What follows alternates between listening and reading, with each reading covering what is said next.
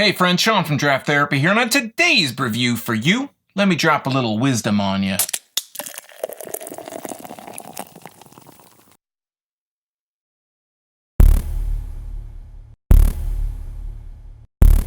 Caged Wisdom is a 5.5% Brut IPA from Oddside Ales in Grand Haven, Michigan.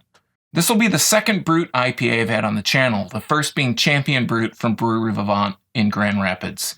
I went a little bit into how Brut IPA is different from regular IPAs in that review, but to recap, Brut IPAs use champagne yeast, which give the beer a drier finish. I have to say, I really like the style, but I'm looking forward to trying this one just to see how it differs from Champion Brut.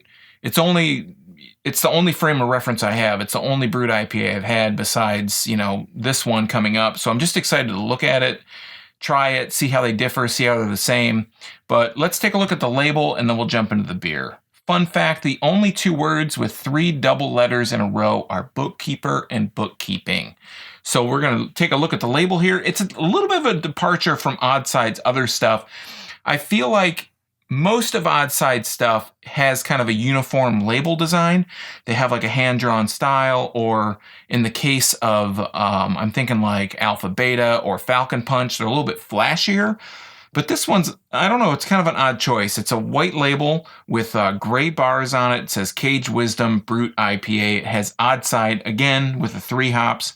I don't know why some say Oddside and some say Oddside Ale or Ales. I don't know if they're eventually working into just being called Oddside or what the deal is, but regardless, on the side of the can here, it says India Pale Ale, 12 fluid ounces, 5.5% alcohol by volume, brewed and canned by Oddside Ales in Grand Haven, Michigan. And then the UPC. So I'm going to go ahead and grab my custom Tiku glass. It says Draft Therapy on it. I'm going to crack this can open and give it a smell. Woo. Again, I'm just really looking forward to trying another Brut IPA to see the differences, if I notice any difference. I have another can of Champion Brut that I might, in a future video, do a side-by-side with this and that. But regardless, let's get to this beer first. Let's not put the cart in front of the horse, right? So, getting a little bit of a dank smell to it.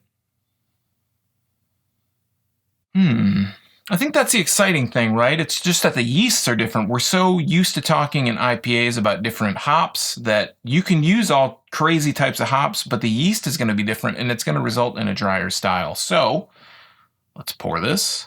Very clear coming out of the can, straight out of the can, very, very clear.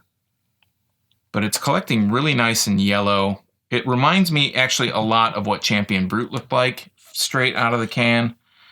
It is very light, very thin looking. The head is really bright white. I mean, this is like probably one of the whitest heads on a beer that I've seen in a long time. The bubbles are very soapy around the edge. There are some smaller compact bubbles, but I would say the overall consistency of the head, besides it dissipating rather quickly, I mean, it's kind of hanging on there, but very large bubbles on this. And holding it up to the light, there is some condensation going on here. It is a tiny bit hazy. I'm not seeing a clear image of my fingers through here, but it is very, very light. And I can definitely easily see my fingers through it, but it's not a clear picture. They're still pretty, a little bit opaque. Kind of getting some earthy smells here, though, out of the glass. Dank and earthy is how I would describe it. If I had to use 2 words, dank, earthy. So let's go ahead and jump in. Cheers.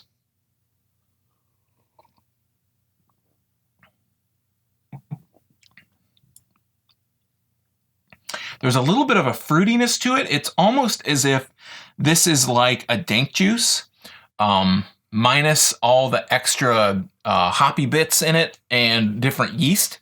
So I'm picking up on that. It's not as dry as I remember Champion Brut to be.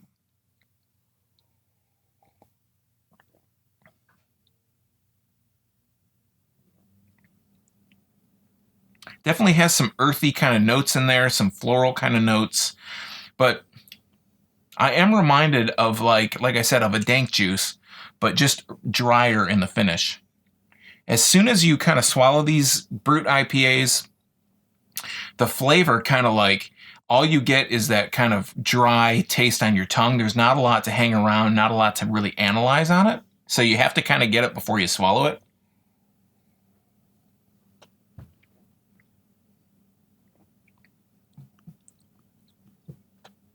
There's a little bit of a biting bitterness on the tail end as that dryness kind of kicks in.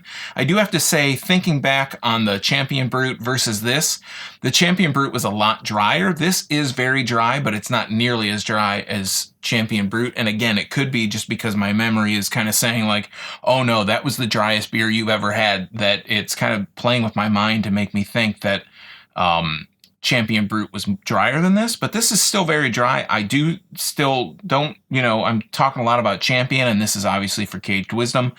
I do like this quite a bit, but my only frame of reference, you have to remember, is the Champion Brut. And I know a lot of people, if they haven't had it at a tap room, because there aren't a whole lot of Michigan Brut IPAs out there, it might be their only experience with it too, is having it out of the can, having Brewery Vivants.